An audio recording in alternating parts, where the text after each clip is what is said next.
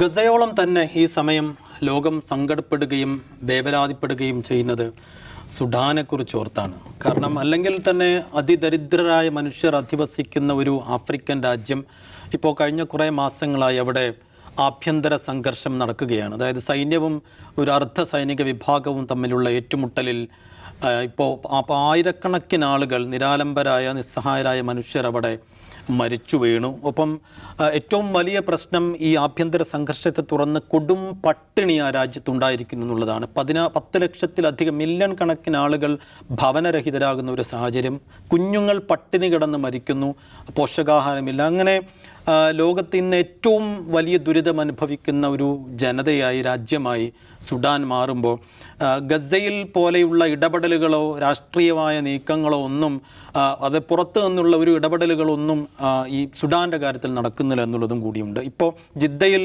ഒരു മധ്യസ്ഥ നീക്കം ശ്രമങ്ങൾ അമേരിക്കയുടെ നേതൃത്വത്തിൽ തീരുമാനിച്ചിരുന്നു. പക്ഷേ അതിൽ തങ്ങൾ പങ്കെടുക്കുന്നില്ല എന്ന് സൈനിക നേതൃത്വം അറിയിച്ചൊരു പശ്ചാത്തലം കൂടിയുണ്ട്. അപ്പോൾ എന്താണ് സുഡാനിൽ നടക്കുന്നത് എന്നുള്ളതാണ് നമ്മൾ അവസാനമായി ചർച്ച ചെയ്യുന്നത്. ജിംസ, ഇപ്പോൾ പ്രേ ഫോർ സുഡാൻ എന്ന് പറഞ്ഞിട്ട് ഇതേപോലെ ഒരു ക്യാമ്പയിൻ സോഷ്യൽ മീഡിയയിൽ എങ്ങും നടക്കുന്നുണ്ട്. സുഡാൻ്റെ കാര്യത്തിൽ എന്താണ് സംഭവിക്കുന്നത്?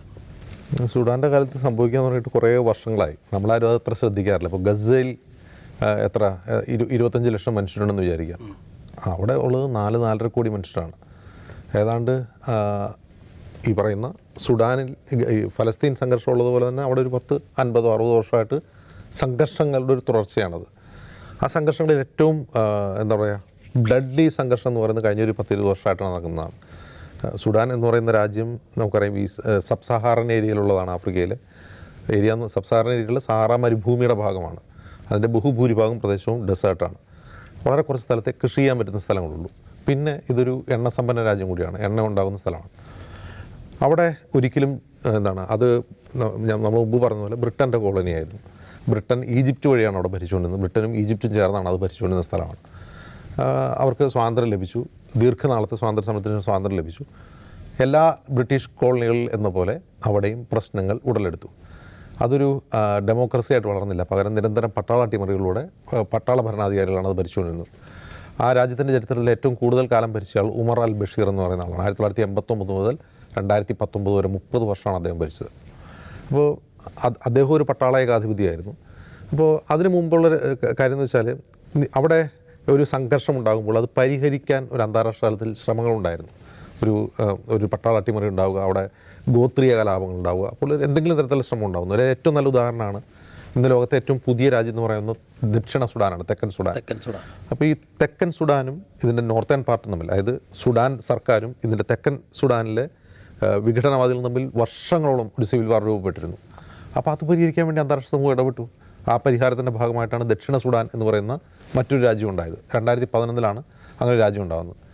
ഈ ദക്ഷിണ സുഡാൻ ഉണ്ടായതിന് ശേഷം 2011 അത് രൂപപ്പെട്ടതിന് ശേഷം 2014 അതിനകത്ത് ആഭ്യന്തര യുദ്ധം തുടങ്ങി.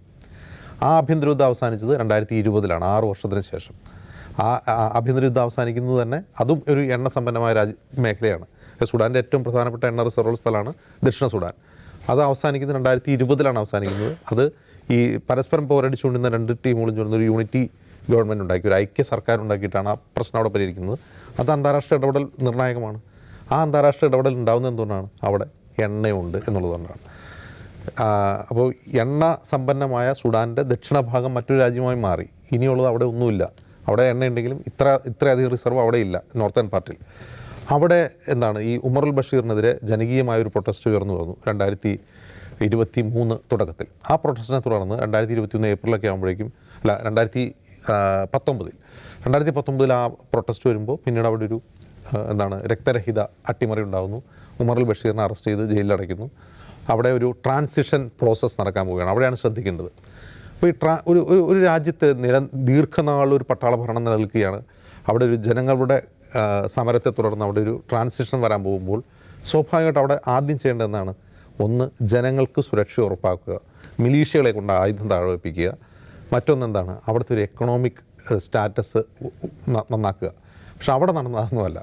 അവിടെ നടന്നതെന്ന് വെച്ചാൽ ഒരു ട്രാൻസിഷൻ കമ്മിറ്റി ഉണ്ടായിരുന്നു. പക്ഷേ ആ ട്രാൻസിഷൻ കമ്മിറ്റിക്ക് പലതരത്തിലുള്ള താല്പര്യങ്ങളാണ്. ഒന്ന്, ഉമർ അൽ ബഷീർ എന്ന് പറഞ്ഞാൽ എന്താണ് നമുക്കറിയാം. ഉമർ അൽ ബഷീറിൻ്റെ കാലത്ത് ഏറ്റവും പ്രധാനപ്പെട്ട സംഭവം അൽ ഖായ്ദ തലവനായിരുന്ന ഒസാമ ബിൻ ലാദന് രാഷ്ട്രീയ അഭയം കൊടുത്ത, പിന്നീടാണ് അദ്ദേഹം അഫ്ഗാനിസ്ഥാനിലേക്ക് വന്നത്. ആദ്യത്തെ രാജ്യമാണ് സുഡാൻ. അപ്പോൾ ഈ സുഡാനിൽ അൽ ഖൈദ ഉണ്ടാവും. അപ്പോൾ ഇന്നത്തെ ISIS പോലെയാണ് അന്നത്തെ അൽ ഖൈദ. അമേരിക്കയെ സംബന്ധിച്ച് അമേരിക്കയുടെ ശത്രുവാണ്. കാരണം ഇവർ അമേരിക്കയ്ക്കെതിരെയാണ് പോരാടുന്നത് അൽ ഖൈദ എന്ന്. അൽ ഖൈദയുടെ രൂപീകരണം തന്നെ അറിയാമല്ലോ. ഒന്നാം ഗൾഫ് യുദ്ധത്തിൻ്റെ കാലത്ത് അമേരിക്കൻ പട്ടാളം സൗദി അറേബ്യയിൽ വന്നിറങ്ങിയതാണ് ഉസാമ ബിൻ ലാദനെ സൗദിക്കും അമേരിക്കയ്ക്കെതിരെ തിരിയാൻ കാരണം. ഈ കെനിയയിലെ അമേരിക്കൻ എംബസിയിൽ ബോംബിംഗ് നടന്ന അൽ ഖൈദയാണ്. അപ്പോൾ അൽ ഖൈദ എവിടെയുണ്ടെങ്കിലും അൽ ഖൈദയ്ക്ക് അഭയം കൊടുക്കുന്ന ഏത് രാജ്യവും അമേരിക്കയുടെ ശത്രു രാജ്യവും. അതിൽ ഏറ്റവും രസകരമായ കാര്യം, ബിൽ ക്ലിൻറ്റൺ അമേരിക്കൻ പ്രസിഡൻ്റായിരുന്ന സമയത്ത് അദ്ദേഹത്തിനെതിരെ വലിയൊരു വിവാദം ഉയർന്നു വന്നത്. മോണിക്ക ലെവിൻസ്കി എന്ന് പറയുന്ന അദ്ദേഹത്തിൻ്റെ ഒരു സ്റ്റാഫ് അദ്ദേഹത്തിനെതിരെ ലൈംഗിക ആരോപണം ഉന്നയിച്ചു. അപ്പോൾ അദ്ദേഹം അമേരിക്കൻ രാഷ്ട്രീയത്തിൽ ആകെ പ്രതിസന്ധിയിലായി നിൽക്കുന്ന സമയത്ത് അദ്ദേഹം ചെയ്ത ആദ്യ പടി എന്താണെന്ന് വെച്ചാൽ സുഡാനിൽ ആകെ ഉണ്ടായിരുന്ന ഒരു ആൻറ്റിബയോട്ടിക് ഉണ്ടാക്കുന്ന ഒരു കമ്പനിയുണ്ട്. ആ സുഡാൻ എന്ന് പറഞ്ഞാൽ പലതരത്തിലുള്ള ഉപരോധങ്ങളാൽ ഒരു തരത്തിലുള്ള ഗ്രോത്തും ഇല്ലാത്ത ലോകത്തെ ഹ്യൂമൻ ഡെവലപ്മെൻറ്റ് ഇൻഡെക്സിൽ ഏറ്റവും താഴെ നിൽക്കുന്ന 172 സ്ഥാനത്താണ് ഇപ്പോൾ ഉള്ളത്. അങ്ങനെ ഒരു രാജ്യത്ത് ആകെ ഉണ്ടായിരുന്ന ഒരു ആൻറ്റിബയോട്ടിക് ഉണ്ടാക്കുന്ന ഒരു കമ്പനി ആ ഫാക്ടറിക്ക് കൊണ്ട് ബോംബിടുകയായിരുന്നു. അത് രാസായുധ നിർമ്മാണശാലയാണെന്ന് പറഞ്ഞ് ബോംബിടുകയാണ് ചെയ്തത്. അതായത് ഈ ലൈംഗികാരോപണത്തിൽ ശ്രദ്ധ തിരിക്കാൻ ബിൽ ക്ലിൻ്റൺ ചെയ്ത ആദ്യ പണി അവിടുത്തെ ഒരു ഫാർമസ്യൂട്ടിക്കൽ കമ്പനി കൊണ്ട് ബോംബിടുകയാണ് ചെയ്തത്. അപ്പോൾ അങ്ങനെ എല്ലാ തരത്തിലും അമേരിക്ക ഏതൊക്കെ തരത്തിൽ അവർ ഉപദ്രവിക്കാം അങ്ങനെയൊക്കെ ഉപദ്രവിച്ചിട്ടുണ്ട്. പക്ഷേ ഈ ഉപദ്രവിക്കുന്നു എന്ന് പറയുന്ന സമയത്ത് പോലും ഈ പറയുന്ന 30 കൊല്ലം ഉമർ അൽ ബഷീറിൻ്റെ കാലത്ത് 30 കൊല്ലം എന്ന് പറഞ്ഞാൽ വലിയ തോതിൽ മനുഷ്യാവകാശ ലംഘനങ്ങൾ നടന്ന സ്ഥലമാണ്. മനുഷ്യാവകാശ ലംഘനങ്ങൾ എന്ന് പറഞ്ഞാൽ എതിർക്കുന്നവരെ മുഴുവൻ കൊന്നൊടുക്കുക അല്ലെങ്കിൽ ജയിലിലടയ്ക്കുക എന്ന തരത്തിലൊരു ഏകാധിപതി എന്താണ് ചെയ്യുന്നത് അതാണ്. മറ്റൊന്ന്, ഈ സുഡാൻ ഉൾപ്പെടെയുള്ള ഈ പറയുന്ന സബ് സഹാറൻ രാഷ്ട്രങ്ങളിലെ ഗോത്രീയമായ വൈരങ്ങളുടെ ഒരു പ്രശ്നം, അവിടെ യുദ്ധം ചെയ്യുക ആളുകൾ കൊല്ലുക എന്ന് മാത്രമല്ല, അവിടെ റേപ്പ് ഒരു യുദ്ധോപകരണമാണ്.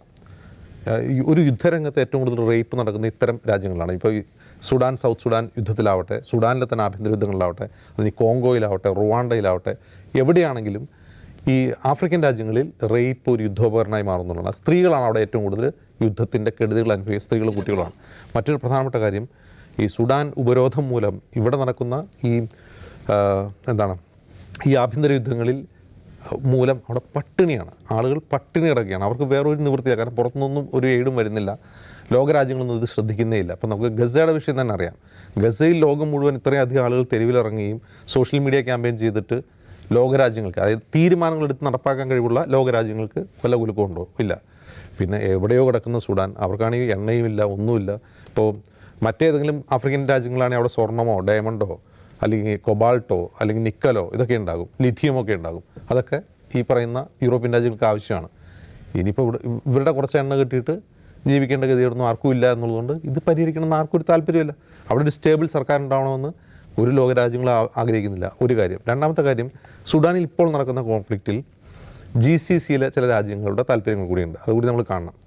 ഇതിൽ ഒരു വിഭാഗം എന്ന് പറഞ്ഞാൽ നിലവിലുണ്ടായിരുന്ന ഔദ്യോഗികമായ സുഡാൻ ആംഡ് ഫോഴ്സാണ്, SAF എന്ന് പറയുന്നൊരു സൈനിക വിഭാഗമാണ്. അട്ടിമറി നടത്തിയവർ, അട്ടിമറിക്ക് അവരെ സഹായിച്ചവരാണ് റാപ്പിഡ് ആക്ഷൻ ഫോഴ്സ് എന്ന് പറയുന്നൊരു പാരാമിലിറ്ററി ഗ്രൂപ്പ്. ഈ പാരാമിലിറ്ററി ഗ്രൂപ്പിനെ ഈ GCC രാജ്യങ്ങളിൽ ഒരു വിഭാഗം സഹായിക്കുകയും അതുപോലെ ഈ സുഡാൻ ആംഡ് ഫോഴ്സിനെ ഇറാൻ, സൗദി അറേബ്യ തുടങ്ങിയ രാജ്യങ്ങൾ, അത് നിങ്ങൾ ശ്രദ്ധിക്കണം, ഇറാനും സൗദി അറേബ്യ ഒരു വിഭാഗത്തെ ഒരുമിച്ച് സഹായിക്കുകയാണ്. ഇതിൻ്റെ ഒരു പ്രോക്സി വാർ കൂടിയാണ് അവിടെ കാണുന്നത്. ആ പ്രോക്സി വാറിന് പിന്നിൽ വേറെ ചില രാഷ്ട്രീയങ്ങൾ കൂടിയുണ്ട്. അതിൽ UAE ആണ് ഈ പറയുന്ന ഒരു വിഭാഗത്തെ സഹായിക്കുന്നത്, സൗദി അറേബ്യ മറ്റൊരു വിഭാഗത്തെ സഹായിക്കുന്നത്. ഇവിടെ യമനിൽ ഹൂത്തികൾക്കെതിരെ ഒരുമിച്ച് സഖ്യസേന ഉണ്ടായിരുന്ന രാജ്യങ്ങളാണ് ഇവരൊക്കെ. അവർ ഈ വിഷയത്തിൽ അവർ വേറിട്ട് നൽകി അവരുടെ താല്പര്യങ്ങൾ വേറെയായി മാറുകയും ചെയ്യുകയാണ്. അതിൻ്റെ പിന്നിൽ ഞാൻ പറയുന്നത് ഈ ഉമർ അൽ ബഷീറിൻ്റെ കാലത്ത് അദ്ദേഹം കൈക്കൊണ്ട ചില ആഭ്യന്തരവും വൈദേശികവുമായ ചില രാഷ്ട്രീയ നിലപാടുകളുണ്ട്. ആ നിലപാടുകളുടെ ഒരു ലെഗസി ഇനി സുഡാനിൽ ഉണ്ടാവാൻ പാടില്ല എന്നാഗ്രഹിക്കുന്ന ഒരു വിഭാഗവും, അത് വന്നാലും കുഴപ്പമില്ല, അവിടെ സ്റ്റെബിലിറ്റി വന്നാൽ മതിയെന്ന് വിചാരിക്കുന്ന മറ്റൊരു വിഭാഗമാണ് ഇവർക്ക് ഇവരെ സഹായിക്കുന്നതെന്നാണ് ഒരാരോപണം. പക്ഷേ എന്തൊക്കെയായാലും ഇതിലൊരു പ്രശ്നം ഈ ഉമർ അൽ ബഷീർ തന്നെയാണ് ഇപ്പോഴും അവിടുത്തെ പ്രശ്നം. അദ്ദേഹത്തിൻ്റെ അനുയായികൾ, അദ്ദേഹത്തിൻ്റെ ആശയം നിലനിൽക്കാൻ പാടില്ല, പകരം അത് ഒഴിവാകണം എന്നാഗ്രഹിക്കുന്ന ഒരു വിഭാഗം. ആ പലതരത്തിലുള്ള വളരെ കോംപ്ലിക്കേറ്റഡ് ആയിട്ടുള്ള ഒന്നാണ്. പക്ഷേ ഇത് പരിഹരിക്കാൻ വളരെ എളുപ്പമാണ്. പരിഹരിക്കുക എന്ന് പറഞ്ഞാൽ ഒരു അന്താരാഷ്ട്ര കൂട്ടായ്മയ്ക്ക് അത് വളരെ എളുപ്പത്തിൽ പരിഹരിക്കാം. അത് പരിഹരിച്ചാണ് നമ്മൾ സൗത്ത് സുഡാനിൽ കണ്ടത്. സൗത്ത് സുഡാനിൽ പരിഹരിക്കപ്പെടുമെങ്കിൽ സുഡാനിലും പരിഹരിക്കപ്പെടും. പക്ഷേ അത് പരിഹരിക്കണമെന്ന് ഈ ഗസ വിഷയത്തിലുള്ളതുപോലെ അന്താരാഷ്ട്ര സമൂഹം, പ്രത്യേകിച്ച് UN പോലും അത് ആഗ്രഹിക്കുന്നില്ല എന്നുള്ളതാണ് യാഥാർത്ഥ്യം.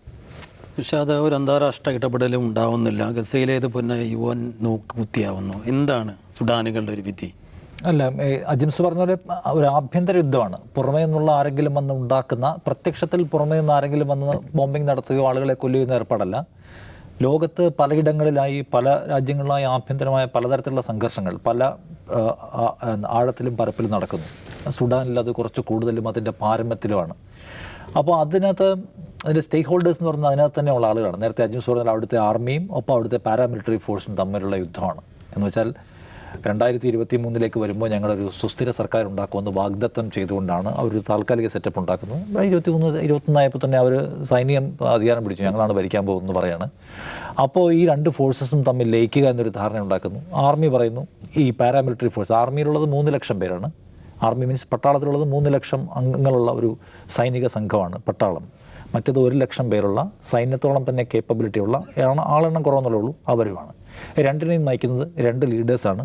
പാരാമിലിറ്ററി ഫോഴ്സിൻ്റെ ലീഡറാണ് വൈസ് പ്രസിഡൻറ്റ്, മറ്റേയാൾ അതിൻ്റെ ചീഫും രാജ്യത്തിൻ്റെ ഭരണ യന്ത്രത്തിൻ്റെ ചീഫുമാണ്. അപ്പോൾ ലയിക്കുക എന്ന് പറയുമ്പോൾ ഒറ്റ യൂണിറ്റായി മാറുക, ഒറ്റ സൈന്യമായി മാറുക.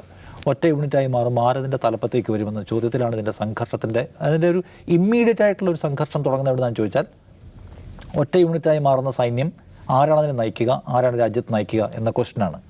വളരെ പെട്ടെന്ന് 10 വർഷത്തേക്ക് ലയന പദ്ധതികളൊന്നുമില്ല, ഞങ്ങളുടേത് മാത്രമായി പ്രവർത്തിക്കുമെന്ന് പാരാമിലിറ്ററി ഫോഴ്സ് പ്രഖ്യാപിക്കുന്നു.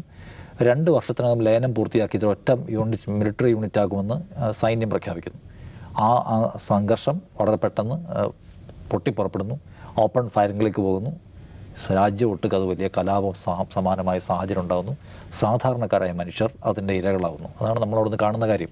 അപ്പോൾ ഇത് പരിഹരിക്കാൻ അന്താരാഷ്ട്ര സമൂഹത്തിന് കഴിയില്ലെന്ന് ചോദിച്ചാൽ, ഇപ്പം അമേരിക്കയൊക്കെ അവിടെ സംസാരിക്കുന്നു. പക്ഷേ നേരത്തെ അജിംസ് പറഞ്ഞ പോലെ പ്രത്യേകിച്ചൊരു താല്പര്യമൊന്നും ലോകത്തിന് അവിടെ ഇല്ല. അവർക്ക് ഇൻറ്റേർണലായിട്ടുള്ള എന്തെങ്കിലും പവറുമായി ബന്ധപ്പെട്ട താല്പര്യം, മിലിറ്ററി യൂണിറ്റുമായി ബന്ധപ്പെട്ട താല്പര്യം, അത് നമുക്കിപ്പോൾ ഒരു മിലിറ്ററി പോയിൻ്റ് അവിടെ വേണം, അങ്ങനെ അമേരിക്കയ്ക്ക് താല്പര്യം ഉണ്ടാവും. അല്ലെ അവിടെ നിന്ന് എന്തെങ്കിലും സംഗതി ധാതു ലവണങ്ങളോ അല്ലെങ്കിൽ എണ്ണയോ എടുക്കാനുണ്ടോ? ഒന്നുമില്ല. എല്ലാ അർത്ഥത്തിലും ദരിദ്രമാക്കപ്പെട്ട ഒരു രാജ്യത്തിനകത്ത് പ്രത്യേകിച്ച് അവിടെ സമാധാനം ഉണ്ടാക്കണം എന്ന ആഗ്രഹമൊന്നും വിദേശ രാജ്യങ്ങൾക്ക് ഇല്ല. ഉണ്ടെങ്കിൽ അവർക്ക് ചെയ്യാം. ഈ സൈനിക ഏകീകരണം എന്ന് പറയുന്ന സംഗതി ഒപ്പം വാഗ്ദത്തം ചെയ്യപ്പെട്ട കരാറ് പോലെ ഒരു സുസ്ഥിരമായ സിവിലിയൻ സർക്കാർ ഉണ്ടാക്കും. 3 വർഷത്തെ ഭരണത്തിന് ശേഷം തന്ന കോൺട്രാക്റ്റ് പാലിക്കുക, ഇത്രേ ഉള്ളൂ. അപ്പോൾ അവിടെ ഉണ്ടായിട്ടുള്ള കോൺട്രാക്റ്റ് പാലിക്കുന്നു എന്ന് ഉറപ്പാക്കുക, സൈന്യങ്ങളുടെ ഏകീകരണം ഉറപ്പാക്കുക. ഇതിന് ഒരു അന്താരാഷ്ട്ര ഏജൻസിക്ക് പറ്റും. പക്ഷേ അവരതിനു വേണ്ടി എഫേർട്ട് എടുക്കുന്നില്ല എന്നാണ് അവിടുത്തെ ആളുകളുടെ ഏറ്റവും വലിയ ദുരിതം.